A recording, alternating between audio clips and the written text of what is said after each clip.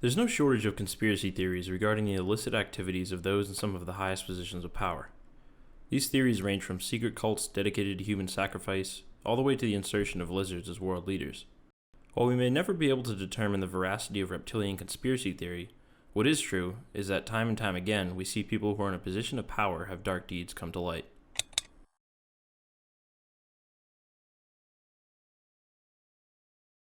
Ralph Allen Lee Shortey was born in the oil city of Casper, Wyoming in February of 1982 and spent the early years of his childhood in South Dakota before moving to Oklahoma City, where he attended Westmore High School and later Heartland Baptist Bible College in preparation for mission work in Uganda. Shortey married his high school sweetheart in 2002 and decided to enter the oil and gas industry, forgoing his initial aspirations as a missionary. Over the next 8 years, Shortey worked as a production consultant and stayed involved politically as a volunteer for the Republican Party, up until 2010 when he quit his job to pursue the Oklahoma State Senate. Shortey won the election, campaigning on family values, despite placing second in the initial Republican primary. He served over the next 7 years, including a re-election in 2014. In his time in the Senate, he became known as a staunch conservative, pushing bills targeting illegal immigrants and the expansion of gun rights. Additionally, he regularly voted with other Republican Party members to pass bills targeting gay and transgender people, including a measure passed in 2017 that would allow business owners to discriminate against gay people. Despite fitting in with his colleagues, Shortey was never able to finish his second term, as a result of the situation we're about to explore. Just after 1 a.m. on March 9, 2017, police were called to Super 8 Motel in Moore, Oklahoma, in order to do a welfare check on a 17-year-old juvenile. A witness had seen the boy get into a white Jeep Cherokee with an unknown man and watched the pair enter room 120 at the motel complex. The witness told the father of the boy, who shortly thereafter notified police. Upon arrival, the police identified the car in question nearby and knocked on the door of the room asking the pair to come out. The man, later identified as Ralph Shortey, did not open the door and asked why the police were there. Shortey outright denied that there was a 17-year-old juvenile in the room, and after a few minutes of back and forth, the police acquired a master key and let themselves in. The following limited footage of the confrontation has been released, with sections omitted given they depict the minor in question. Come out. I'm right here. Hey, Come out before you get me worried. Show me your hands. Okay. Take a seat on the... What's going on? What's going on with you, man? Just trying to have A good time? Yeah. What's your name? Ralph. Ralph what? Shortey. You got an ID, Shortey? Shortey doesn't sound like a last name to me. It's my last name. Shortey is? Yeah. At the cartoon. And then you grow like 10 feet? It kind of doesn't work, does it? I'm sorry, guys. You're kind of freaking me out a little bit. Yeah, that's what we do. He's 17. Okay. What do you mean, okay? I didn't know you. Okay. But you got a 17-year-old hanging out with you. I mean, Dad's worried, and you understand that? yeah, I didn't know. Okay, you got ID on you? Is there any other drugs in here other than weed? No, there's nothing. Is there any guns in here? No, sir. Okay. It should be noted that Shortey's t-shirt depicts a sandwich and the text, "Now go make me a sandwich," alongside a Bible quote, Ephesians 5:22, which calls for wives to submit to their husbands. Can you show me that he's only 17? No, I can't, but I can convince you that he is. Well, yeah, I can put you in handcuffs and throw you in the back of a car. We do that. Okay, Route. let's see an ID real quick. We didn't just show up here. Thanks, sir. You can take a seat back on the bed. Wait, I'm gonna go give this back to them.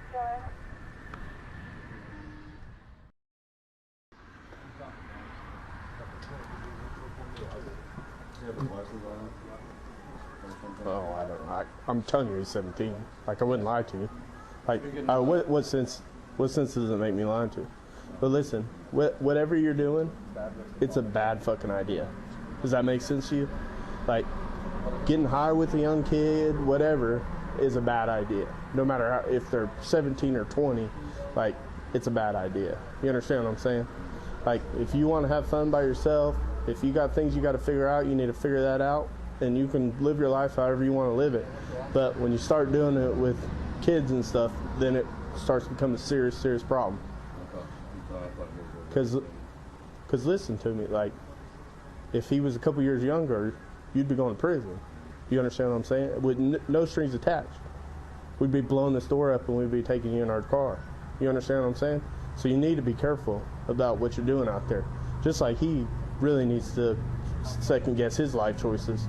But you do too, because you can get yourself in a bad fucking spot. Do you understand that? Does that make sense?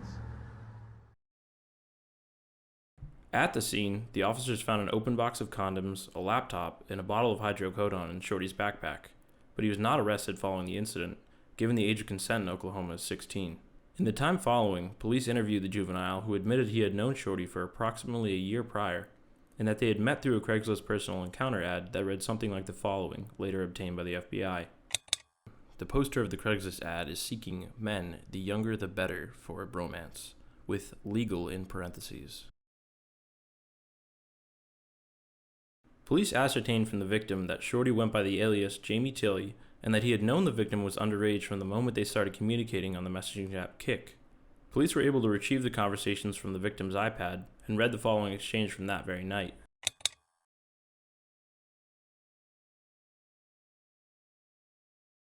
Because it included the mention of payment, this exchange alone changed the situation from a very odd event that would shatter Shorty's image to a federal crime that would shatter his life. The conversation continues with logistics of both parties meeting up, and sickening exchanges that I don't care to read out loud, but which can be read from the FBI affidavit linked in the description. The Kik chat record was able to provide minute-by-minute recount of Shorty making his way to the home of the victim where he picked him up. Additionally, the witness was able to identify the arrival of Shorty as taking place at the exact time his "I'm here" text was sent. Police also identified the Jeep Cherokee as being registered to Shorty through the state of Oklahoma, and found that the motel room was paid for by Shorty with a company debit card from his consulting firm. This allowed investigators to connect the Jamie Tilley alias to Shorty, which was crucial as we will later see is his main objection. Approximately 3 days after the incident, the Cleveland County Court filed a warrant for his arrest for the crime of engaging in child prostitution, among other supporting charges. Shorty was called on his cell phone and asked to come in for questioning. What's important to keep in mind as this interrogation proceeds is that Shorty has been a member of public office for 7 years at this point while keeping his secret hidden, and is clearly used to lying and deceiving. The problem here is police have essentially irrefutable evidence of a crime, and outright denial does little for his defense. Pay attention to the demeanor and tone of the detectives in the early portion of the interview, because there is a striking difference throughout the remainder. Come here if you don't mind, I can see right there.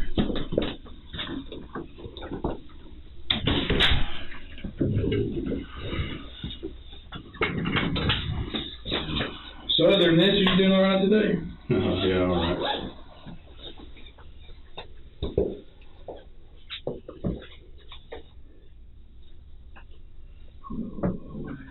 First off, let me start off with saying, I've got a little bit of a blood pressure issue. Okay. So just if I get a little lightheaded. let me know. Yeah. Let us know. You have a glass of water or anything? No, I'm fine. First off, free to go anytime you want. You can stop talking to us anytime you want. No big deal. Just say, hey, done talking, and we're done talking, okay? And we'll let you out. Let us know if you have any lightness, Okay. head, anything like that. Any medical attention, we'll get you out of here and get it for you real quick. Alright, so just so I know, what's your last name again? Shorty.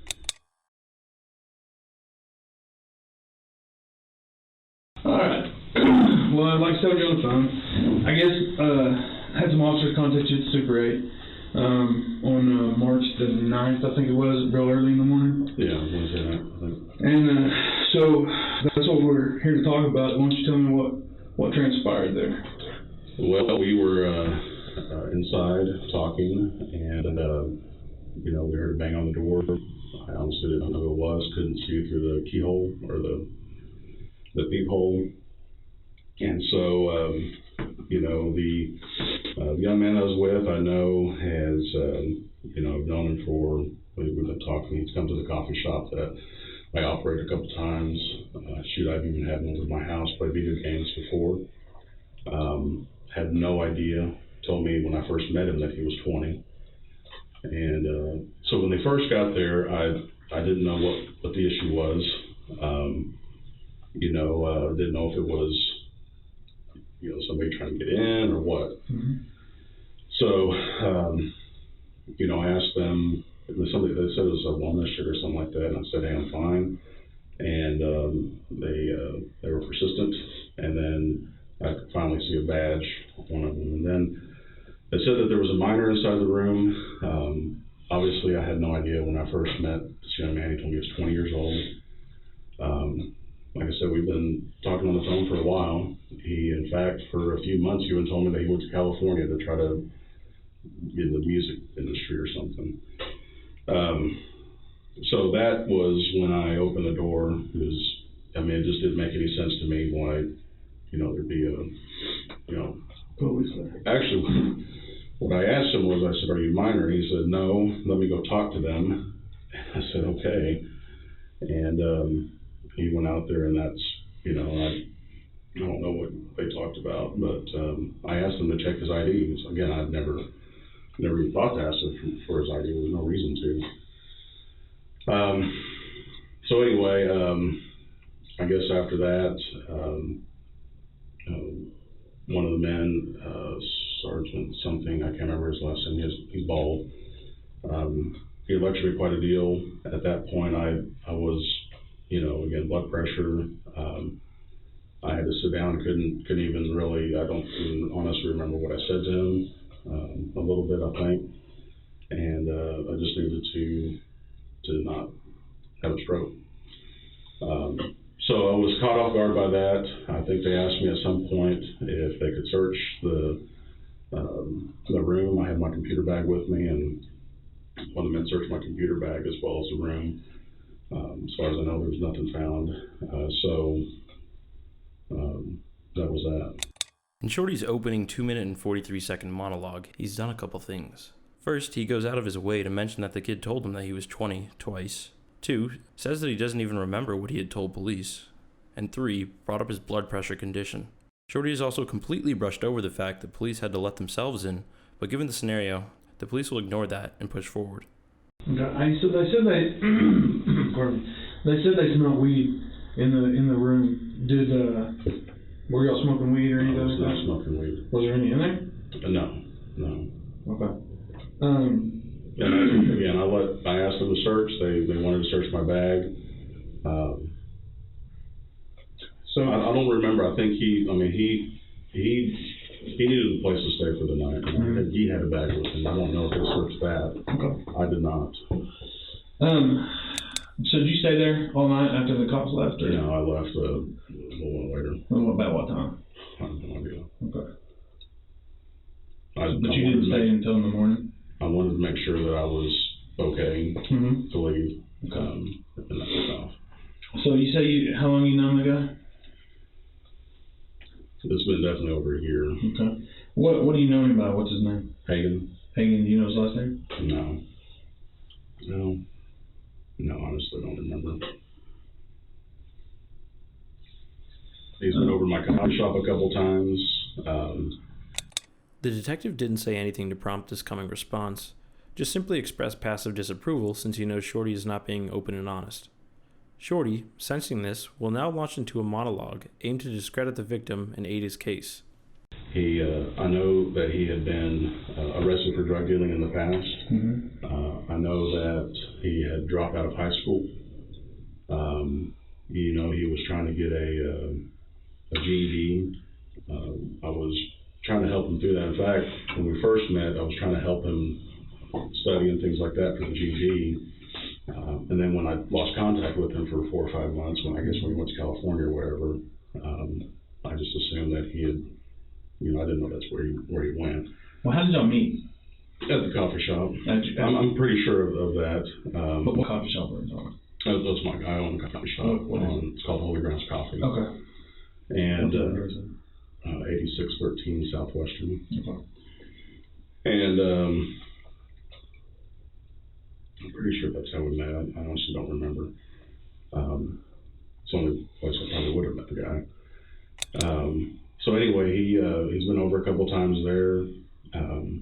When he came back, he was, in fact, he told me he wanted to go be an anesthesiologist or something. And so you can't go without a high school diploma. You can't do anything without a high school diploma. And so, I know that the day after the incident happened, he was going to test for the GED. Strongly encouraged him to do that. the night that he called me, he said he just needed to get out of his house. I'm assuming I thought he had told me that he lived with some friends, and he had told me in the past that, it was hard for him to get clean because he was always with his friends that are, living with him. And so, when he called and said he needed to get out of there, that he had the test the next day, then the choice was to bring him over to my house, which I don't think my wife would have appreciated that very much. She probably would have been okay with it, but I just figured it'd be easier just to get him a place. And then we decided to talk. So far, Shortey is doing his best to paint himself as a savior, mentioning that the guy was arrested for drug dealing and that he doesn't have a high school diploma. Essentially what he's saying is that bringing him to a motel at midnight was an act of goodwill. Shortey has also lied about how they met, saying it was at his coffee shop when it was really on the internet. The detectives know this and are about to dig in. Okay, so how do you do you text him or how do y'all communicate? Usually phone calls. Phone calls? Yeah. Okay. Well, it's interesting because on his tablet he has a conversation that he says he had with you using an app called Kick. Do you know what that is? Mm-hmm. Okay. Well,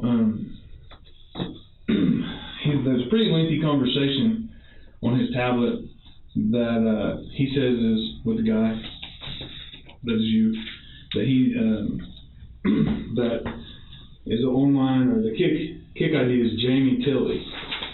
And you told officers that night that that's what your online. He calls me Jamie, and I'm not sure why. Okay. And anyways, so we've got a conversation between him and this Jamie Tilley about, he says, I need money for spring break. Jamie Tilley says, I don't really have any legitimate things I need help with right now. Would you be interested in sexual stuff? He says, yes. This goes on about how I come get you, blah, blah, blah. We go on. He says, he starts calling this guy Daddy. He says, hurry up, Daddy. I'm super horny. Hey, keep me updated because I want you bad, Daddy. The guy named Jamie Tilley says, I'm going to... This goes on and on and on and on. Well, then it gets to the end. It says, okay, I'll be down the street, a couple houses in about 10 minutes or so. He says, okay, let me know so I have an idea. Then that person says, I-35 about to exit at 4th Street. And then it says, I'm here. Well,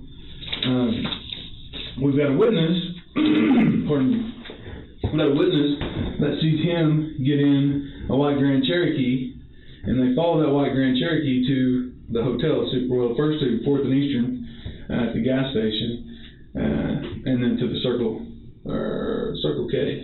Yeah, This is the gas station. Yeah, at the gas station, and then to the Super 8 where the guy in the white Jeep Cherokee and him go in, check into a room, and then go back out and go into room 120.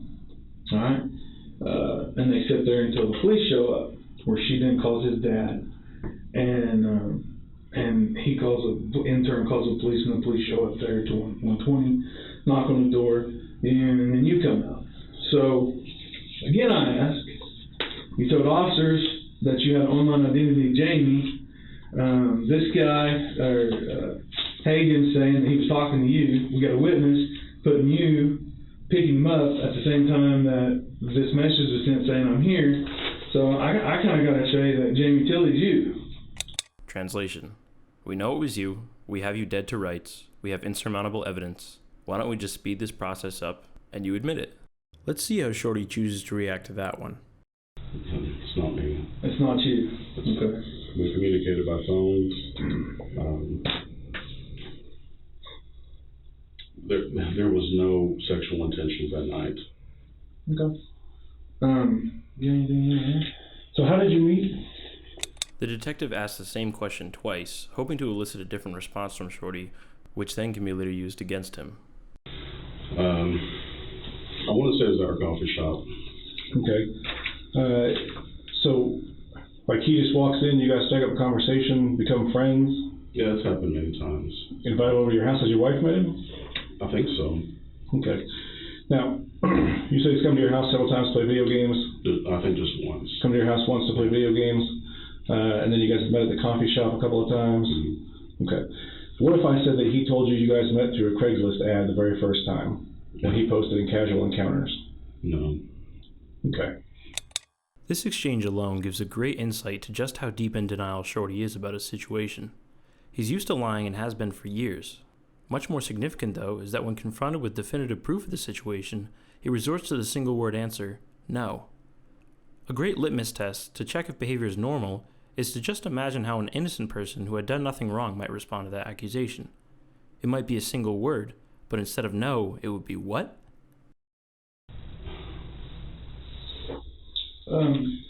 Well, in this... Can I add, is he legitimately underage? Yeah. And he was the first time that you met him, and I said... 16. I asked him, I said, hey, does he know how old you were? And he said, yeah, he knows, because we had a discussion about it, and at first he was uncomfortable with it, but then he finally got over it. In this conversation, it says, she needs me to go to the store for her. My 3-year-old is sick. That's one of the things I've been dealing with tonight. We're not going to have enough time. Can we get together tomorrow, after 1? I'll get a hotel room or something if that would make it easier. It goes on talking about the coffee shop, my coffee shop. I'll be alone in about 10 minutes at my coffee shop. He says, can I help you with anything for spring break? Again, you said just customers, but I'll leave in here close to 8. Okay. I'll be your slave. That sounds nice. I mean, we go on and on. And how old is your youngest child? 5 months. Okay. So he's telling me that when he first met you through Craigslist, that he had posted an ad in Casual Encounters, and that he had a lot of responses for it, but that you said that you wanted him to mess around with your wife while you watched. He said that he showed up to do that, or you guys got together and started talking about that. He found out your wife was pregnant, and then said that it never happened because she was pregnant. So here's the deal, Ralph. You and I both know what the truth is, and the truth is not what you're telling us. We're not saying you're a bad guy. We're not saying you set out thinking that this is some 15-year-old kid you're going to go bang. We're not saying that. We're saying, hell, maybe you didn't know how old he was. I don't know. I think you probably did based on what he's telling me, but things are what they are.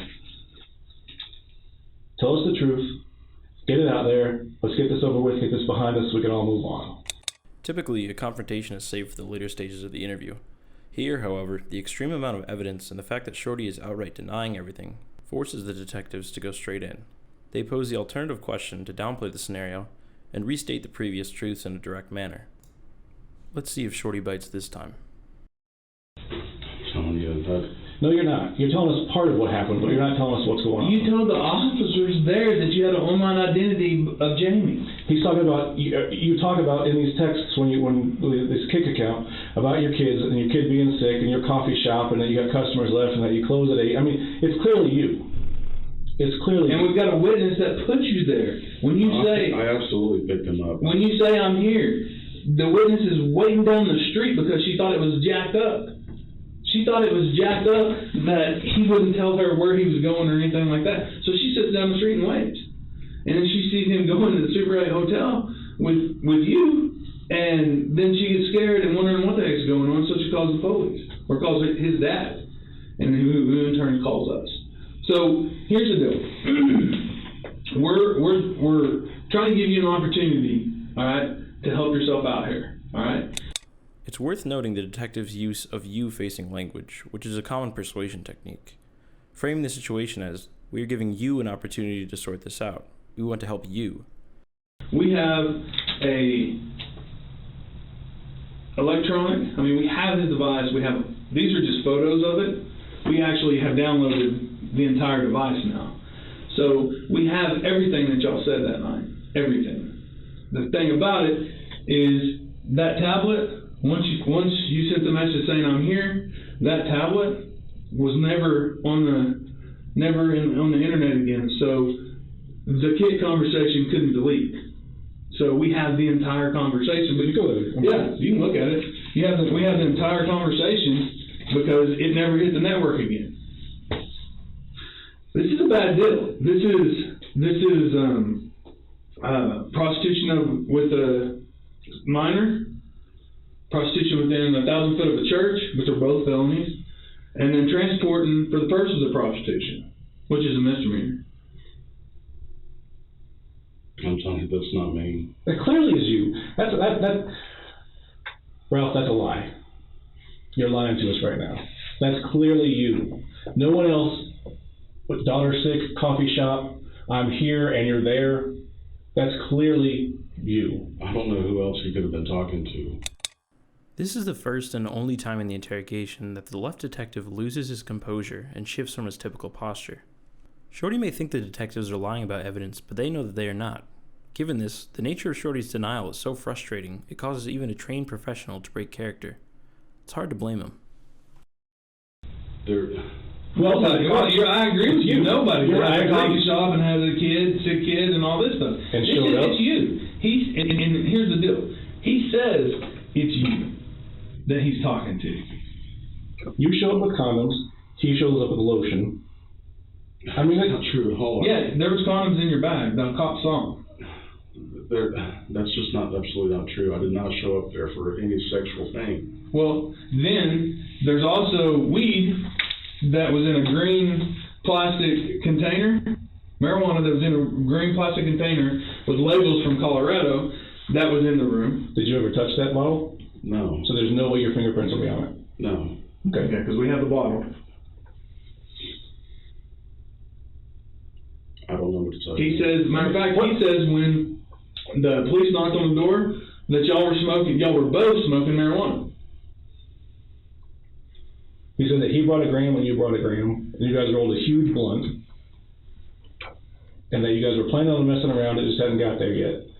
And that he was going to do you a favor by whatever it was you guys were going to do, and that you were going to do him a favor by kicking him some money for spring break. Ralph, like I said, we don't think you're a bad guy. We think you made a bad decision. There's a big difference.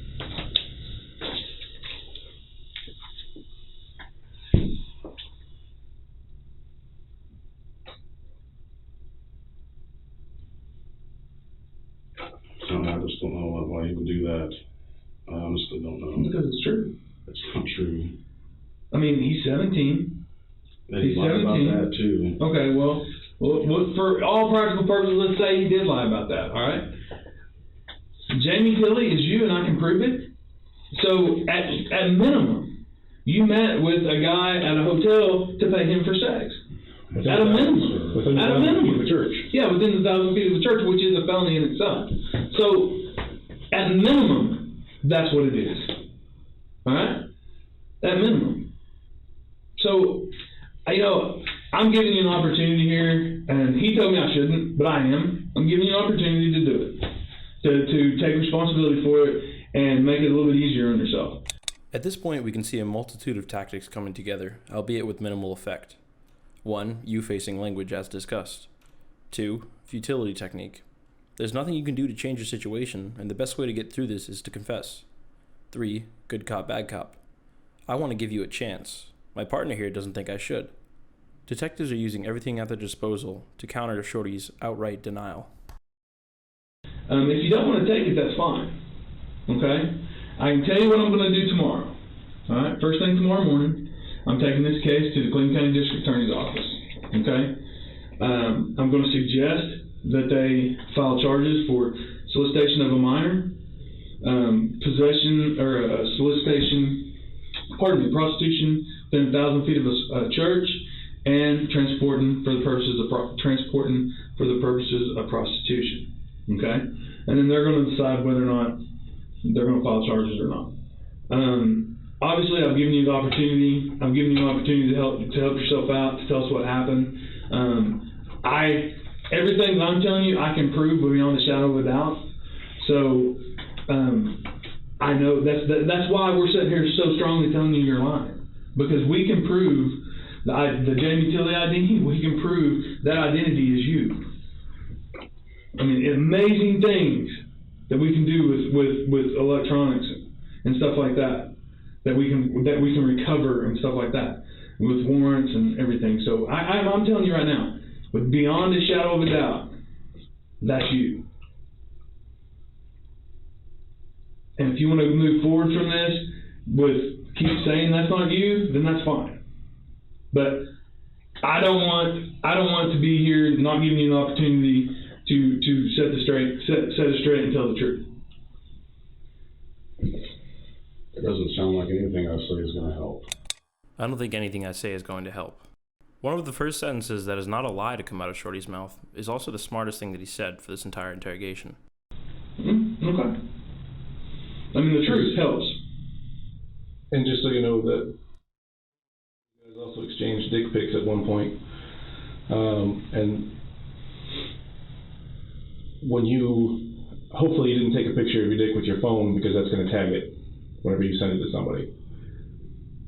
No, I don't do that. Okay. I wouldn't.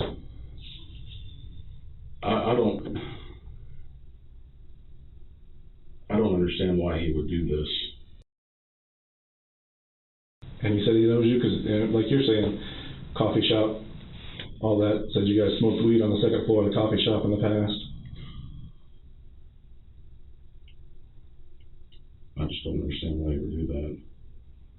He has nothing to gain from this. Except screwing me. How does that help him? I have no idea. Yeah, I mean, he has nothing to gain. Why would that screw he's him? on probation or whatever. He has no idea who you are. He thinks your name is Jamie. He has no idea what your real name is. None. He referred to you as Jamie the whole time I'm talking to him.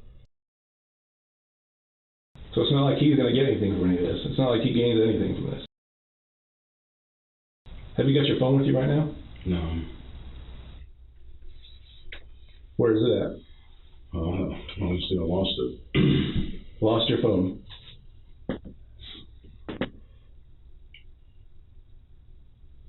Because you and I both know what would be on that phone. There's nothing on that phone. You can tag it or whatever. I mean... The FBI affidavit identified the phone that was used to communicate with the minor was the same phone that Shorty was called on to come into the station. As it turns out, he conveniently left it on top of his car on the way to the police station, so it couldn't be taken in and examined. So other than kicks, how did you communicate with him? Did you email him? I don't think I've ever had his email address. Okay.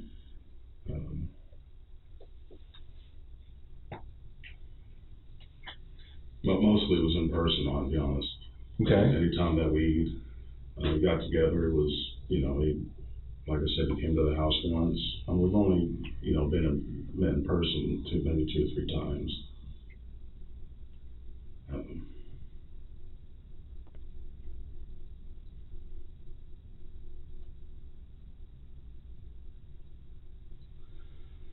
Prior to the evening that we're talking about, how much sexual stuff had you guys done together? Nothing. So that was going to be the first time? We weren't doing anything. I know, not when we got there you weren't, but that was the plan for that evening. No. Clearly it was. Sir, I'm telling you it wasn't.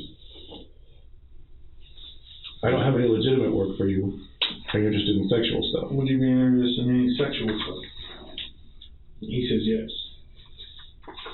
Then it gets worse on down through here. Well, you can't help with this stuff. You can definitely help. Another statement. I'm just going through here reading what you wrote, because I can prove that you wrote it. I mean that's you. So I'm just letting you know, so you know what's coming down the pipe. So how did you? If that's not you, how did you contact him last night or that night? I think he called me. He doesn't have a phone. I'm sure he called me. That's all I can say. I don't know. How did he know that you were outside? He called me, and I told him I was on my way. I told him I'd be there at a certain amount of time, and I got there. Did you use this phone that you've lost? I mean, it's the only phone I had.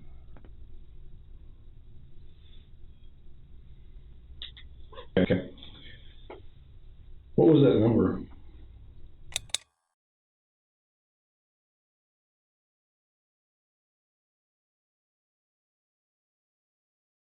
And you think that what you've told us today is going to make sense to a jury of your peers? All I can say is the truth, sir. And then you're not. I agree. All you can say to help yourself out is the truth, but you're not doing that. So this 219 number, you say you lost the handset? After I called you, I apparently have left it on top of my car or something. I tried to find it because I needed to call someone else. So you just recently lost it? Yeah, I talked to you when I was about to leave my house. And I went back and looked on the ground.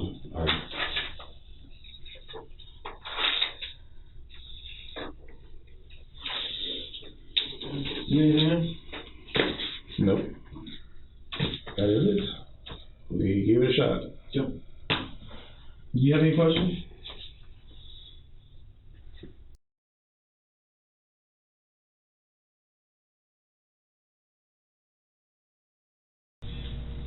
The conversation that you have there, how lengthy is it? How long does it go? Is it just one night? Is it more than a week? Is it a month?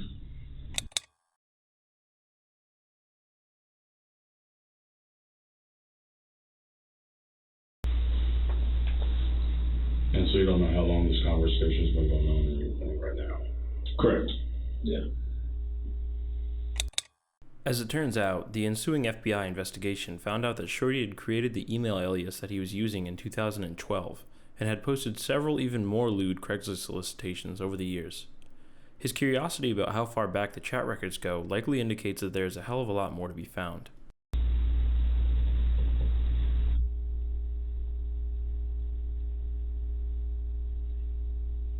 So basically all that can happen is at this point is that we get more evidence about what's going on. Because there's nowhere to go from here. But more to add to it. I can find. I know you guys don't believe me, and I'm not going to try to convince you otherwise unless I have something to show you, and I just don't know. I find it hard to believe that you magically lost your phone on the way over here as well.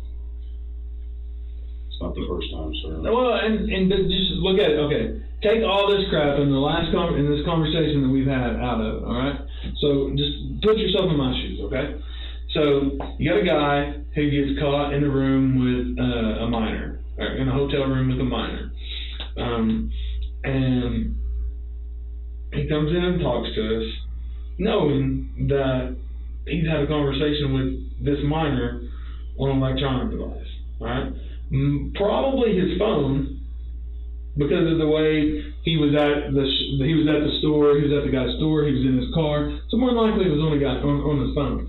So you're coming in blind, not knowing. Also extremely nervous. Well, I got you. I know, but put yourself in my shoes. You're coming in this blind, only knowing that we're going to want to talk to you about, the hotel room, and all of a sudden you come in and you don't have a phone. And I know you live with your phone.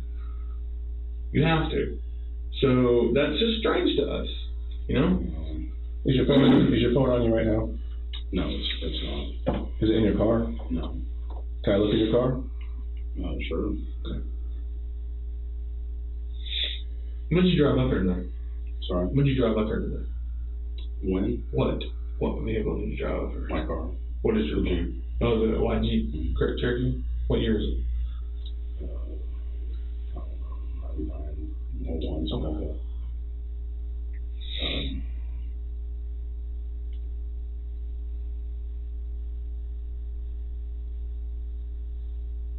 Have you talked to him since that night? No. I honestly would have loved to have talked to his parents. I had no idea that he was still with his parents. I wouldn't have been with a minor.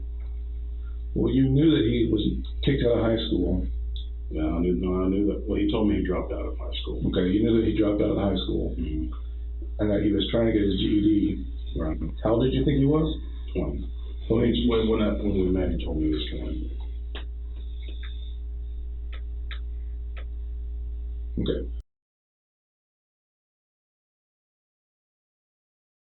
Guys, this is why this is just so, I don't understand why he would do this. Because that's all we've ever talked about. Is just life and just trying to get him better, I guess. I had no idea he lived with his parents. Is he still in high school? So he is out of high school. Like, did he graduate?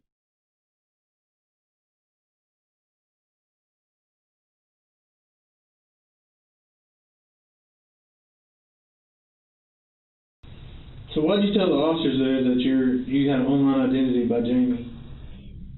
I didn't say that. I said that he's called me Jamie. Well, I don't mean to you did, because we got body cameras and I actually saw it. So I mean, they were talking to him, they were talking to you, and you said you had that you went online or had an online identity of Jamie. That's it. You didn't say Tilly, the last one, but you said Jamie. I remember that, sir. Okay.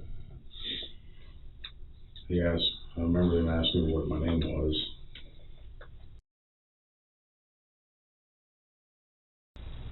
You asked me about email conversations earlier. Mm-hmm. I'm just trying to find something for you guys. Is there anything there that shows what I'm saying on email? Because I honestly don't remember if I've ever emailed him. He had a shit ton of emails on that thing, and I'm not sure. That's why I was asking if you remember anything. I gave the officer my email address the other night. I guess I'll search and see if there's anything. I'm just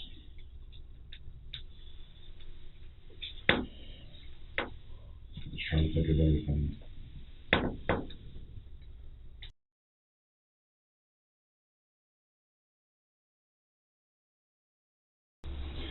There's really not any way around it.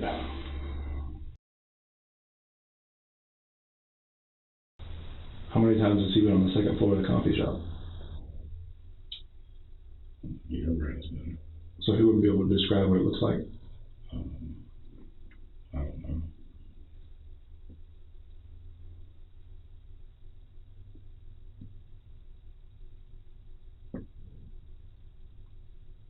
I mean, it's not like private or anything. I mean, anybody can go up there. It's the fact that it's an open office. This interaction demonstrates how well simply pausing after a question and waiting for a response can work. Just by staring at Shortey alone, the detective forces him to backtrack and say that it's an open office and anyone can get to the top of the coffee shop. It's also proof of Shortey's heightened state of arousal. He feels so uncomfortable by the silence that he digs his hole even deeper. So you asked me earlier if there had been any sexual contact in the past. Did you allege that? He said you guys kissed. When? Before May of last year. I mean, that's nothing, but still, that's never happened either. Just like Jamie Tilly's not you. Just like it's somebody else with kids and daughters in the coffee shop.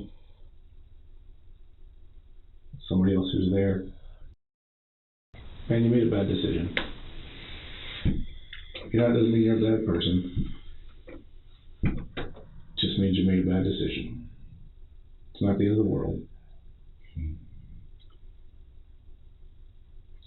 if I can't prove otherwise, it is the end of the world. And I can't think of any other proof that I can show you.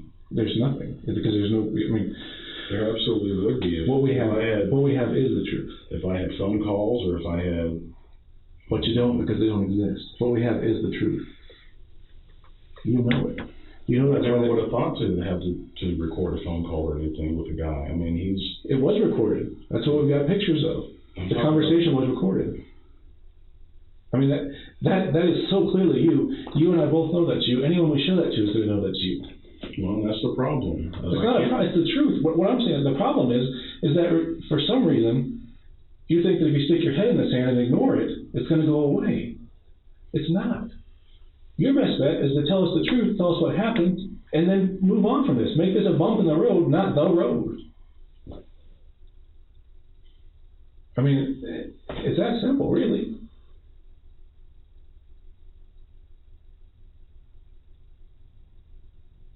This is not a defining moment. This is just a moment.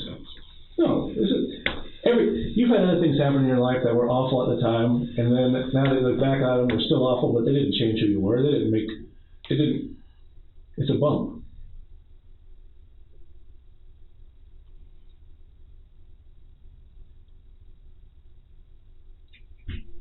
That's all it is.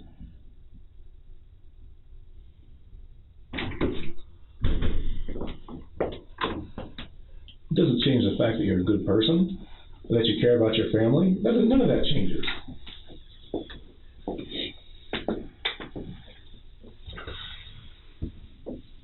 But the reason you're having trouble thinking of something to say is because there's nothing you can say. I'm having trouble thinking of something to say. I'm trying to... You're trying to decide whether or not you should tell us what happened. No, I've told you everything. Okay. And no phone on you, no phone in your car? No. Do you mind if I pat you down real quick?